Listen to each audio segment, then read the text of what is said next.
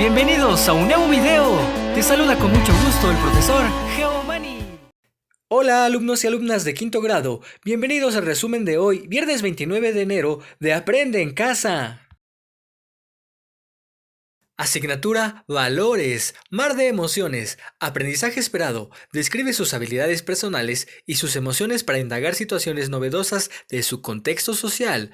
Aprenderás a describir tus habilidades personales. Recuerda que en nuestra clase anterior descubrimos que cuando experimentamos sorpresa podemos enfrentar situaciones novedosas e inesperadas, como las situaciones que enfrenta Yola ante la llegada de su hermanito Rodrigo y el cambio de escuela. Las emociones básicas son la forma en que reaccionamos ante lo que sucede a nuestro alrededor, pero también nos ayudan a comportarnos de manera adecuada ante determinadas circunstancias. ¿Te habías imaginado un mundo sin sorpresas?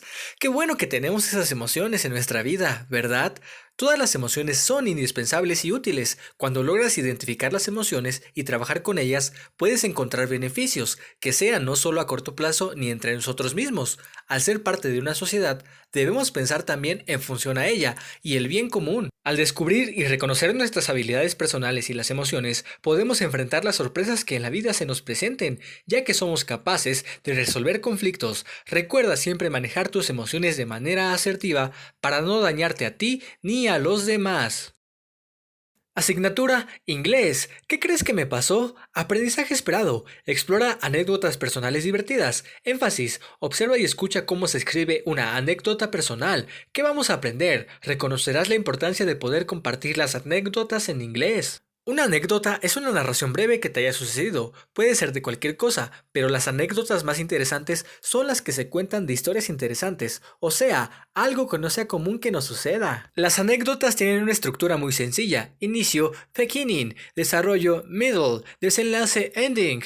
Esas son las tres partes que contiene una anécdota y cómo se cuenta un suceso que ya pasó. Se debe narrar en pasado. La estructura es muy sencilla, pero lo que cuesta más trabajo es hacerla emocionante. Para lograrlo, podemos exagerar un poco los hechos, o se pueden añadir algunos adjetivos para darle emoción o frescura a la anécdota. Incluso se les puede dar un toque de suspenso antes de contarla, y de esa forma se vuelve más interesante.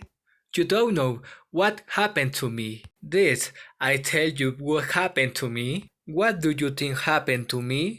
A continuación observamos una anécdota con su inicio, su desarrollo y su desenlace. Espero que puedas practicar con esta lección. Asignatura Matemáticas. El cuento del castillo y la retícula triangular. Aprendizaje esperado. Resuelve problemas que implican el uso de las características y propiedades de triángulos y cuadriláteros. Énfasis. Reproducir figuras formadas por cuadrados y triángulos usando retículas cuadrangulares y triangulares del mismo tamaño y en una misma posición como sistema de referencia. Aprenderás a determinar los puntos de referencia que facilitan la reproducción de figuras en una retícula triangular. Aquí estamos observando imágenes de un castillo. Un castillo es donde viven las princesas. Libre soy, libre soy. Ok, basta de chistes. La construcción de un castillo lleva mucho tiempo, pero duran muchos años. Observemos dónde vamos a traspasar este castillo de la retícula cuadrangular a una retícula triangular como esta.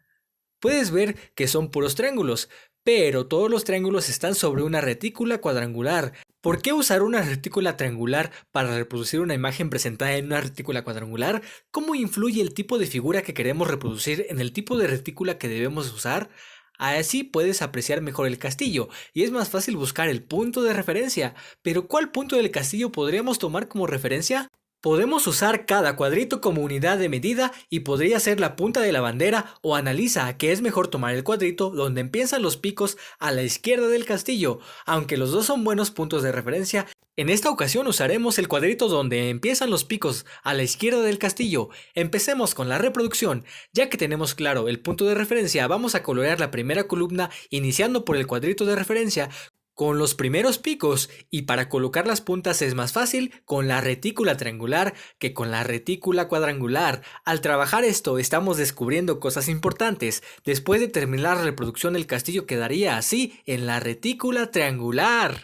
Esas cosas importantes que descubrimos al traspasar el castillo de una retícula cuadrangular a una retícula triangular son que una retícula es un conjunto de líneas verticales y horizontales en algún formato que sirven para identificar los elementos de la figura que se va a reproducir, que un referente reticular es la imagen que necesitamos reproducir en una retícula, que un punto de referencia es el punto desde donde empezaremos a reproducir la figura donde se cruzan una línea vertical y otra horizontal. El reto de hoy resuelve la segunda parte del desafío número 30, cuadros o triángulos, que se encuentra en la página 66 de tu libro Desafíos Matemáticos. Asignatura Español. Me informo y escucho lo que mis abuelos cuentan. Aprendizaje esperado. Lee textos informativos y literarios y analiza la organización que tienen. Énfasis. Conocer la organización y función de los textos informativos y literarios. ¿Qué vamos a aprender? Conocerás que los textos informativos y literarios tienen una estructura propia y funcionalidad diferentes. Hoy reafirmaremos los conocimientos acerca de los textos informativos. ¿Qué es un texto informativo? ¿Cuál es su estructura y su función? ¿En qué se diferencia un texto informativo a un texto literario? El totonaco forma parte de las 68 agrupaciones lingüísticas de pueblos originarios reconocidos en nuestro país. El totonaco se habla en los estados de Veracruz y Puebla. También debes de saber que el totonaco se habla de distintas formas en cada región, ya que cambia la pronunciación de las palabras para referirnos a algunas cosas. Leamos esta nota sobre los idiomas originarios de nuestro país. Los idiomas originarios en México tendrán la misma validez que el español en términos de la ley. El Pleno de la Cámara de Diputados aprobó por mayoría calificada de 384 votos una reforma al artículo 2 de la Constitución, por el cual el Estado reconoce como lenguas nacionales al español y a las lenguas originarias.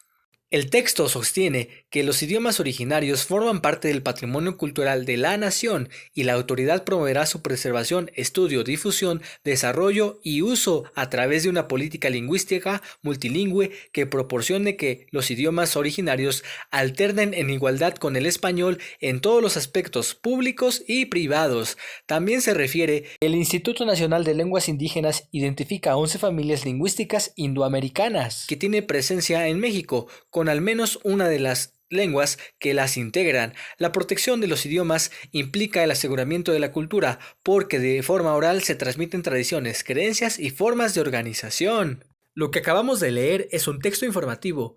En este cuadro estamos observando las características de los textos informativos y literarios. Texto informativo. ¿Qué es y para qué sirve un texto informativo? Los textos informativos tienen como objetivo transmitir información o noticia acerca de un tema. El texto informativo permite al lector obtener información sobre un acontecimiento actual o pasado. El objetivo principal de los textos informativos es informar, comunicar hechos con relación a un tema en específico, tales como noticias, inventos, reportajes, etc. Mientras que el texto literario es una producción escrita más libre y menos restringida en la que el autor plasma de manera creativa y expresiva la historia o idea que quiere contar. Los textos literarios se caracterizan por desarrollar una función expresiva y puramente estética. La finalidad de un texto literario es artística. Se utiliza la inventiva del escritor para crear un texto de estilo atractivo.